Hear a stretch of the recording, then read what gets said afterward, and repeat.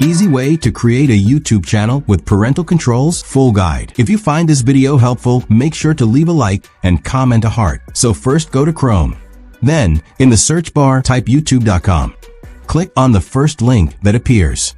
Now, before creating a YouTube channel with parental controls, there's one very important step you must do. For that, go to the three dots in the top right corner of your browser. From the list, find and select Desktop Mode. Desktop Mode shows the full version of a website like you'd see on a computer. It stops the mobile version and gives you the complete layout and features. Now go to your profile picture on YouTube.